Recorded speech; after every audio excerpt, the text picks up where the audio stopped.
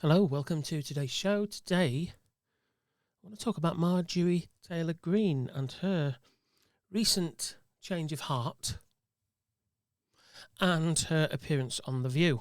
That's coming up.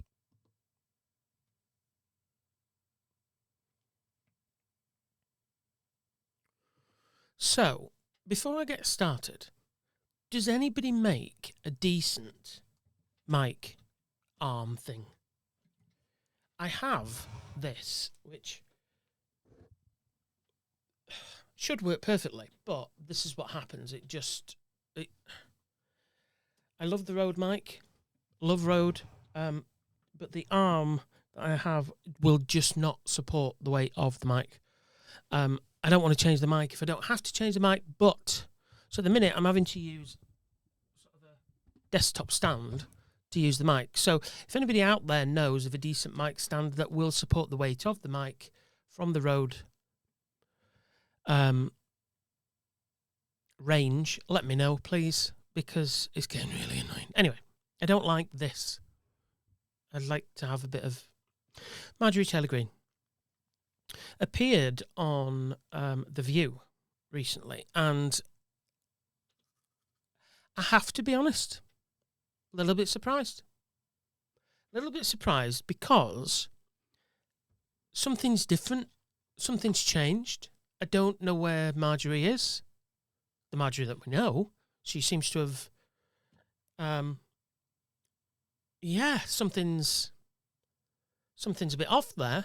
Either off or right. I'm still in two minds. So she went on The View and had a brilliant conversation with the ladies, and it was all civil. And I know everybody thought Marjorie Taylor Greene's coming on. It's going to be another Janine, what's her face?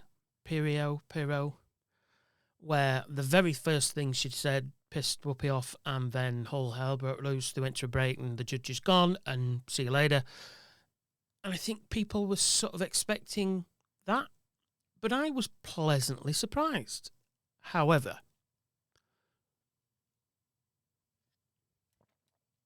the biggest thing that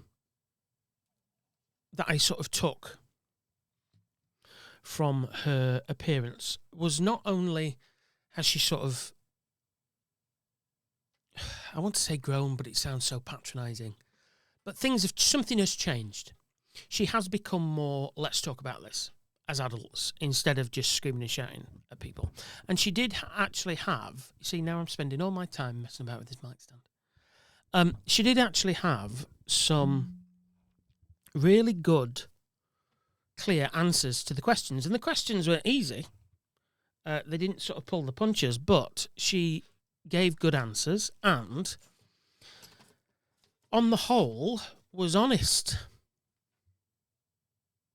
And then I got a bit too comfy and thought, we've got to change here. This woman is different.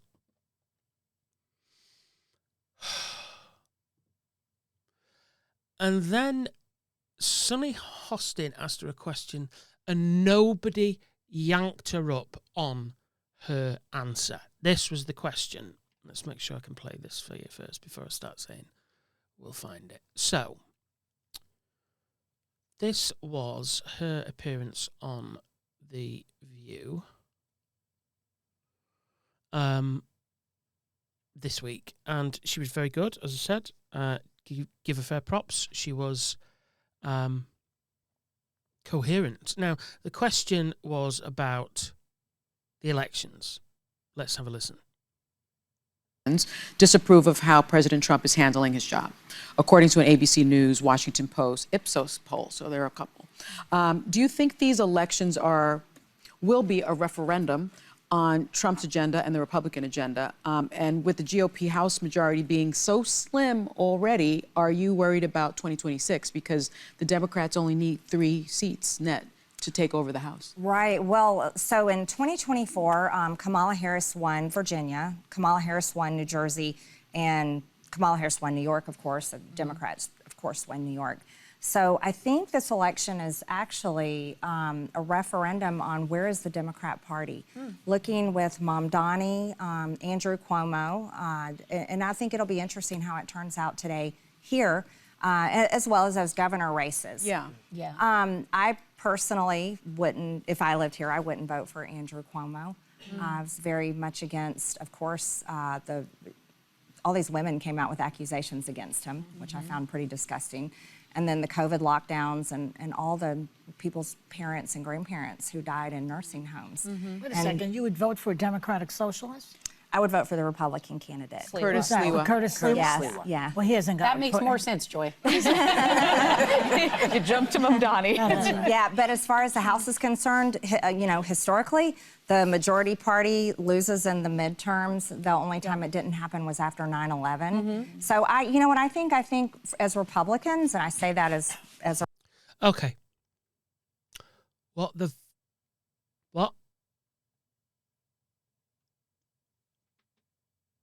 You just heard that. You did just hear what I heard, didn't you? So first of all, what really annoys me about the way people look at elections is if the Republicans and Trump are doing such an amazing job, then even New York should be in play. Every race that was in the election on that day should be in play. It wasn't because they're not doing a good job. It's as simple as that. What I fell off the bed when I was watching this because I was like, how on earth did you accept the answer on Andrew Cuomo and then not say, but Donald Trump? What she said was, I wouldn't vote for him, Andrew Cuomo, because of all these allegations all these women have made. Is she for real? Seriously? And not one person on the panel then follows up and says, well, hang on a minute. Donald Trump has been accused by I don't know how many people. I did try to look this up. 28 women since the 1970s have accused Donald Trump of various acts of sexual misconduct, including rape and kissing and groping without consent, looking at women's skirts and walking in on naked teenage pageant contestants. He was also found criminally liable for the rape of E. Jean Carroll. So please explain to me, Marge, all due respect, what on earth are you on about? You wouldn't vote for Cuomo because of accusations, but your boss has been found liable for one, at least one. There are 40, I mean, how many other convictions has he got? Then came the one thing that everybody seems to be overlooking here, and the mainstream media isn't covering this, and they should. They should. It should be on every single thing, and it's really frustrating me that I'm trying to find the exact figure because I want to get this right.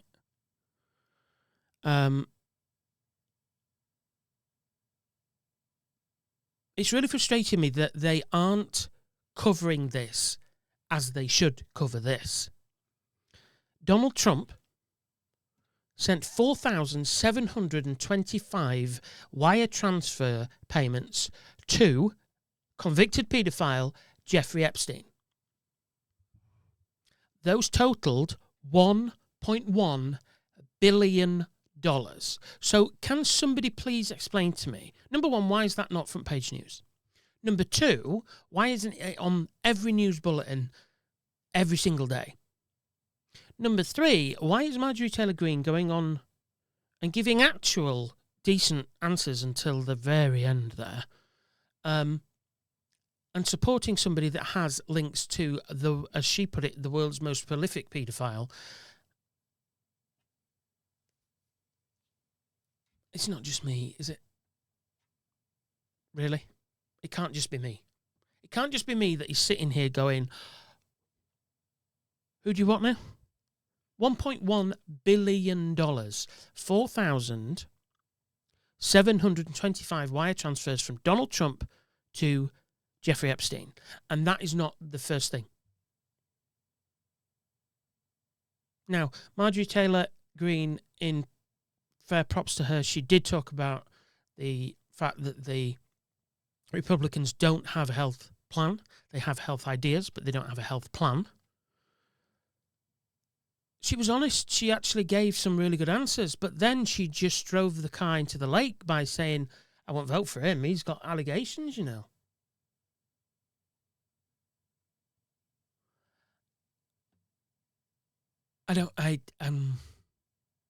I'm dubious of her change of heart. I've seen videos where people are claiming that she wanted to run for Senate. Trump said no, and that's why she's sort of gone gloves off. What I will say to her, and I hope she does it, is that she said that she would, the victims of the Epstein scandal, said that they would put together their own list if Trump didn't release the Epstein report. And Marjorie Taylor Greene has said that she would read the names on that list that's provided by these victims, these survivors. I never know whether to call them victims or survivors. And she would read that on the floor of the House because she has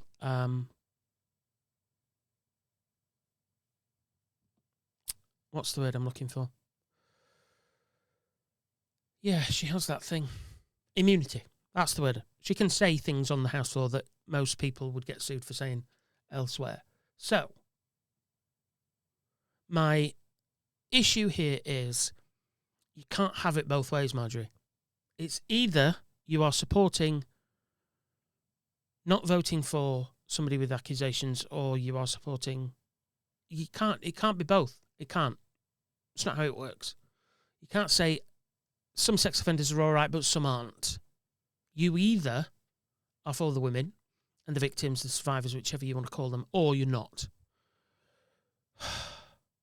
It's a bit frustrating for me to try and understand why these things go on, really. But there you go. I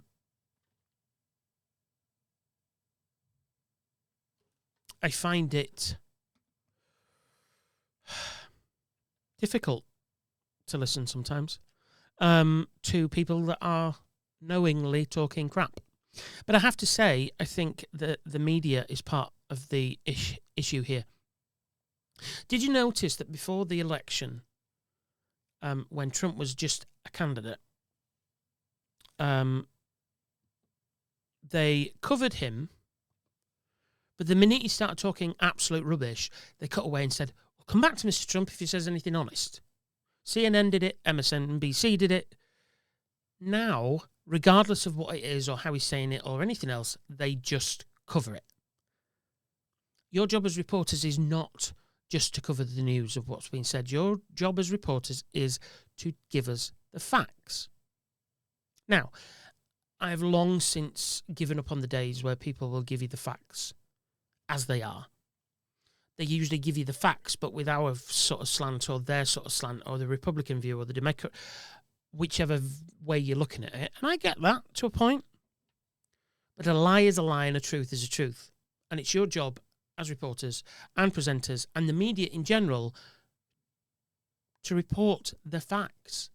The minute Donald Trump says something that's not true, you need to be there and saying, that's wrong. That's a lie. That is a bold-faced lie. And if you can't do that, don't cover him. It's as simple as that. I have to say, if nobody else is worried, and I can't be the only one that's becoming more and more concerned that he's not fit, is he? But nobody's saying that. Marjorie Taylor Greene may have her ulterior motives. I'm willing to. I was and am to a point willing to give her the benefit of the doubt. I'm not going to let her off though with the Cuomo thing. Sorry, Marge. Let me know what you think. Hail at hailtalkradio.com. I'd love to know